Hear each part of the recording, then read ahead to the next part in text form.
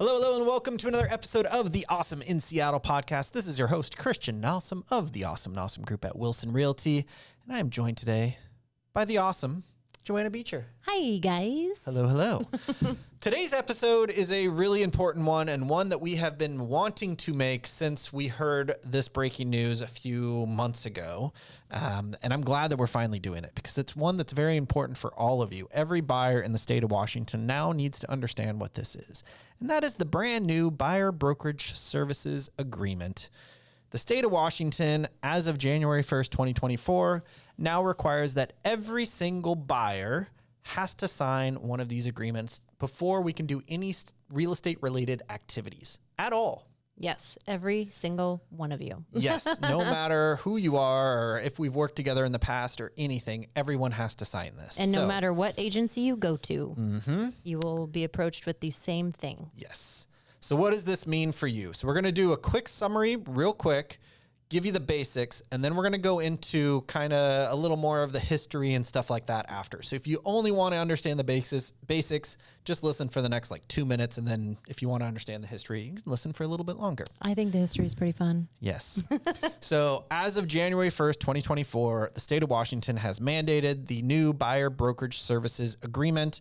Every buyer has to sign it no matter what. And that is before, like I said, any real estate related services are rendered by an agent or a broker. So what does this mean for you? Really not a lot different. It's really not that much different at all. It's just, you're just signing something now, agreeing to it. So At the very beginning, yes. So we at the Awesome Nossum Group never forced anyone to sign one of these in the past. They've always kind of been around. They were in a slightly different form, but they were always here. We never forced our clients to sign it because we didn't really feel like we needed to. Our clients generally trusted us and used us regardless. So it wasn't really an issue. But with all of the lawsuits going on nationwide against the Realtor Association and specific brokerages, the state of Washington said, you know what, we need to have a rule now that says how all of this is going to be laid out. So the basics are, there's a few different choices that you have as a buyer. You can choose to exclusively work with your broker or non-exclusively work with your broker. What does that mean for you? Well, as a buyer, you have that option. And we at the Awesome Nossum Group have historically worked on an exclusive basis with all of our clients. And that's because our clients see the value that we provide, which is head and shoulders above the majority of brokers out there. yes, Between our beers and home buying class, this podcast, our educational videos, all the stuff that we post on social media, which is a ton of educational stuff up Yes. there. All of that is at no upfront cost to you. And because of that, our clients have always seen the value that we provided. So 99% of them have no issue signing an exclusive agreement with us, which is great. The next thing that you have to decide is compensation. So Yes. Joanna, why don't you talk about that? This agreement also makes it very clear the way your agent is compensated, either the sell side or the buyer side. This will be more clear when we talk about the history and how it came to be. But you will talk to us, your agents, about how the compensation works. And we will go over this one-on-one with you. And it will all be very clear. Yeah. once we do. Generally, though, the seller is still going to pay the majority of the time our commission, just like it's always been for the last, 50 years, 40 And you'll years. see right now. You'll tell me in a minute. Yeah. How long has that been happening? Okay, so really quick, this is a brief summary of the history. I promise not to bore you. The early 20th century is when real estate saw its beginnings, the real estate industry. That's when the National Association of Realtors was formed, and that was in 1908. 1908. Yes. Buyers at that time had to drive around to different agencies to know what homes were for sale. Ugh. Or, even more fun, just drive around town until you saw a for sale sign. That seems very inefficient. In fact, it was very inefficient. Then fast forward, in the early 1960s, the National Association of Realtors began the MLS, which is the Multiple Listing Service. And this allowed brokerages to share their listings in one book. So these books would be compiled and they would be delivered to each of the brokerages. And then the sellers had their agents, the listing agents, and then there was also other agents that were subcontracted called subagents. And these people would help them sell homes for the seller.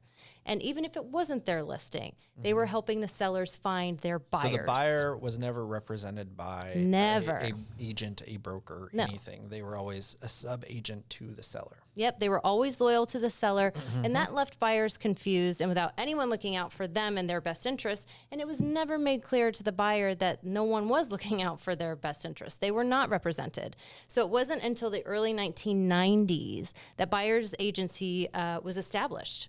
And agents were now specifically representing the buyers, and there was no more confusion with who was representing them or not. So now we also are in the age of the internet, right? So that makes it really easy to see what's coming on the MLS through fun things, like all of those apps that you guys use to scroll. And you no longer have to come to our brokerage and look at a book, or even before that, I have heard stories at our brokerage about how they were on 3x5 recipe cards and you would flip through those, and that was all the houses that came out that week. It was crazy. I remember the books. I have to say, it was when I was little, I thought it was fun to grab them when you're walking and there's a storefront brokerage and they'd have the books outside. Those are a little different than what the books they had. They had they binders. had the giganto books. Binders with pages in it. And then, no, I would just take the little ones. I remember those.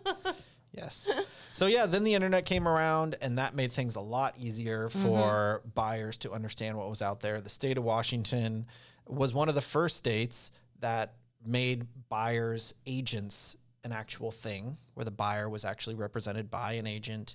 The state of Washington, honestly, has really been at the forefront forever with all of these rules, helping and being on the buyer's side, which is great. I believe I was told that it was the end of the 70s that Washington State actually started to have buyer's agents, which apparently is 20 years almost, before the rest of the nation.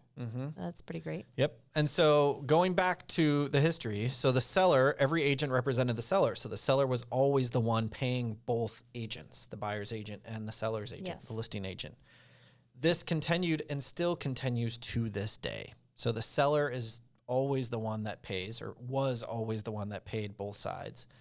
In situations where, and this is the compensation thing that we kind of talked about earlier, in situations where the seller is choosing not to pay the buyer's agent, that's where this agreement comes into play.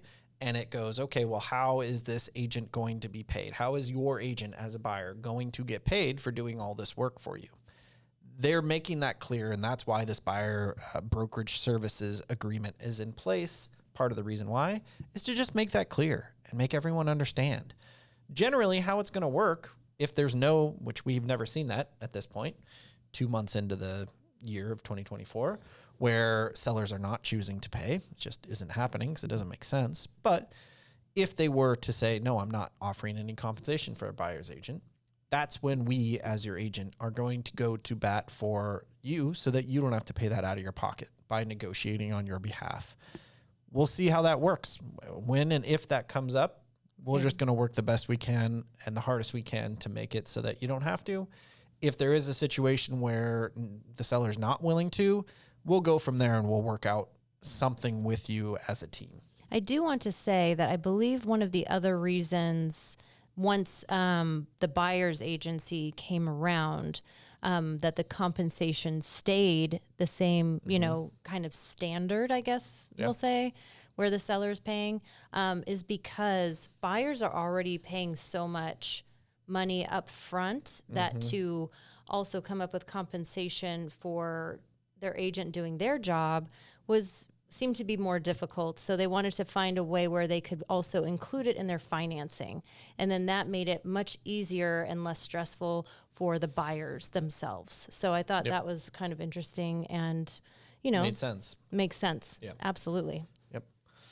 So that's it for this episode of the Awesome in Seattle podcast. This is all about the buyer's brokerage services agreement. If you ever have questions, do not hesitate to reach out to us about this. Again, if you are thinking about buying, We're here. We are here. We would love to help you. Come to our beers and home buying class. It's totally free. It's only an hour. And it's fun. It's super fun. It's super laid back, very simple. And we host them every single month all around town, sometimes multiple times a month. And they're just fun. It's an easy way for you to really get a good base knowledge of the home buying process. Because you don't know what you don't know till you find out. Exactly. And that's why after that, we offer strategy sessions, a one-on-one meeting where we can answer those questions that you just realized you had now that you understand the basics. So Yes. we have a whole system set up for our buyers. It goes from coming to a class to getting your keys, and we have it all laid out step by step by step. Just do this step first, then this next step, then the next step, then the next step. And it just makes sense. Our system is really something that we created on our own. This is not kind of the standard. This is one that we went, hey, this system that everyone else is doing doesn't make a lot of sense. No. Let's rethink this. Let's use some common sense here and go with that approach. So that's what we've done. That's why we've had so many successful buyer clients over the years.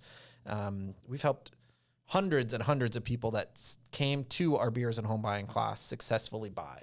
Yeah. We want you to feel comfortable in the driver's seat. The best way to do that is with education. That's it. And you don't regret your decision if you're informed. So let's help you get informed so that you can make a smart choice. If you do want to come to one of our classes, just go to beersandhomebuying.com. That's beers with an S, like the drink beer, beers with an S, and homebuying.com. That's it. We'll see you next week on the Awesome in Seattle podcast. Bye, guys. Bye.